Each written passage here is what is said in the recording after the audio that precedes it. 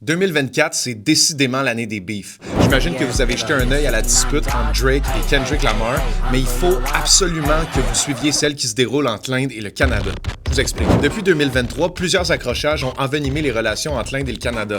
Mais le 14 octobre, le Canada a expulsé 6 diplomates indiens du pays et l'Inde a fait la même chose en retour. L'origine de cette expulsion-là remonte au mois de mai dernier. C'est quand un militant nationaliste sikh de la Colombie-Britannique, Hardeep Singh Nijjar, a été assassiné par un groupe de ressortissants indiens. À ce moment-là, le premier ministre Justin Trudeau avait pointé du doigt le gouvernement indien, affirmant qu'il était derrière l'assassinat.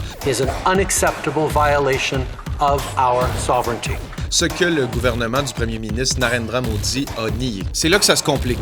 Début octobre, un rapport d'enquête a soupçonné des diplomates indiens d'être impliqués dans cet assassinat. En réponse, Justin Trudeau a choisi de les expulser du pays. En Inde, dans les journaux, ça fait un scandale. Des médias alignés avec Narendra Modi accusent le Canada de protéger des ressortissants sikhs qui sont considérés comme des terroristes et des nationalistes par le gouvernement indien.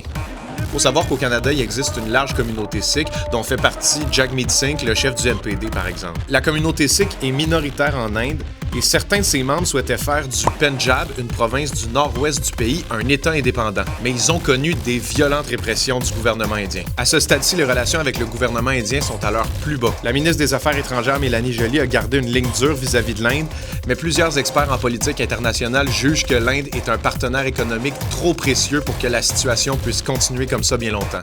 Salut!